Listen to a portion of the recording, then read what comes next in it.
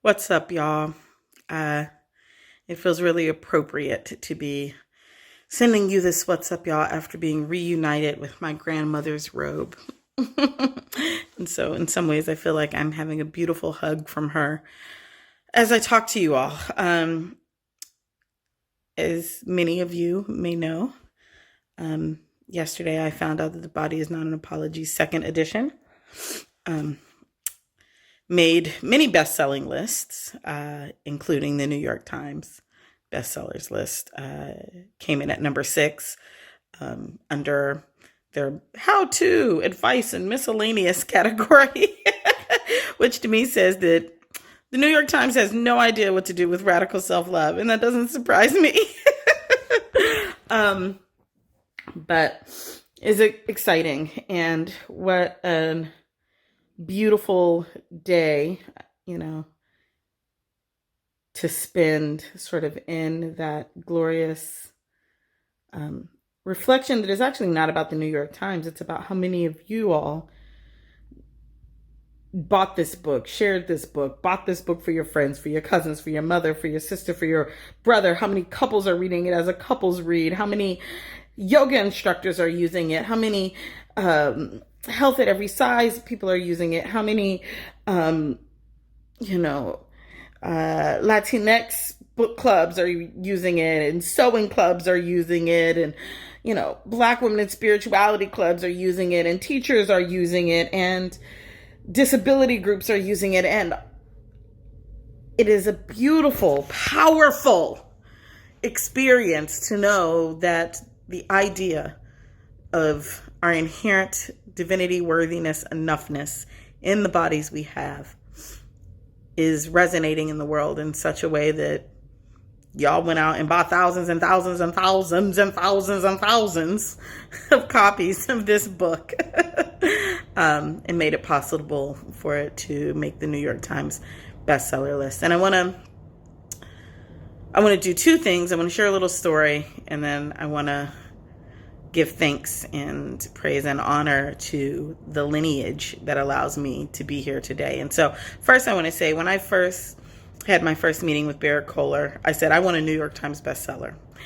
And Barrett Kohler, amazing mid-sized independent publisher whose mission is to make books that help create a better world. Right. And I'm sure I'm butchering their mission statement. Sorry, Barrett Kohler. I didn't look it up before I got on here. And I went in very ambitious because I am who I am, Capricorn rising, stellium, and Scorpio. And I think up to that point, there had been only one author who had made the New York Times bestseller list with Barrett Kohler, and it was an author who wrote a book called Economic Hitman. Which is still, I think to this day, Barrett Kohler's biggest selling book. And, I had all of these highfalutin dreams. And, The Body is Not an Apology did beyond anybody's expectations, as a sort of officially first time published. I had a small independently published poetry book back in 2010 that 5 people bought, right? So it was definitely a surprise home run, right? But what mattered the most was that it was this book that I could tell was resonating with people, that people were having their own aha moments and awakenings and recognizing the necessity of radical self-love as a modality in the world, as a way in which they might live their lives with less pain and suffering, and ways in which they might cause less pain and suffering to other people, ways that we might divest from this system of harm and oppression. And I just felt really grateful. I felt grateful that I had put something out in the world that seemed to resonate with people. And I let go of the vision of the New York Times because I recognized that I didn't think it was that important, right? It was important from a perspective that just wasn't resonant for me anymore. And so, yeah. And so when they asked me if I'd do a second edition and a workbook, and I was like, absolutely. I didn't have any intentions around it other than, to give my community more ways to put this work to use in this particular time that we're living in.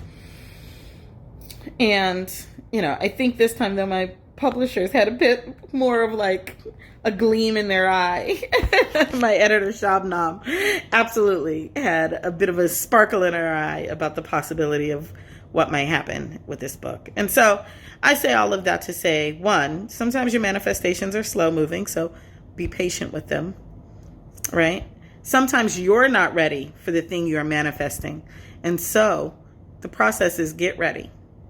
Decide what it is you want, and then align your life so that it matches up with the thing you most desire. So that when it arrives, you're ready for it. And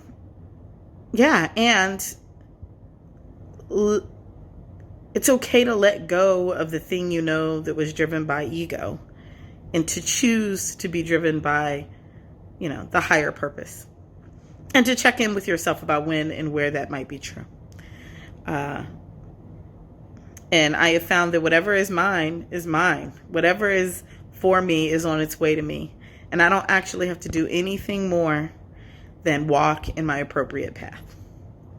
And so, before this day closes out, I want to say, thank you and ashe to my ancestors, to my mother, to my grandmother, to Patute, to my Anastasia Duchess, and to Mother Audre Lorde and Mother Toni Morrison, whose birthdays are both today, and whose literary genius are the shoulders upon which I stand. That, the reason that this is possible is because those giants cracked concrete so that we might pass through. And I'm so grateful, so deeply honored to move in the tradition of such magnanimous legacies. And I'm deeply, deeply honored to be in community with all of you. Thank you for making this possible. You did this. You bought the book in a way that made it undeniable to some people who don't even understand what we over here doing, but they had to include us. So I love you. Thank you. Thank you for all of your congratulations. Thank you for all of your well wishes. And thank you for continuing to spread this movement of radical self-love as a way to transform our world, one unapologetic body at a time. Mwah. Love you all.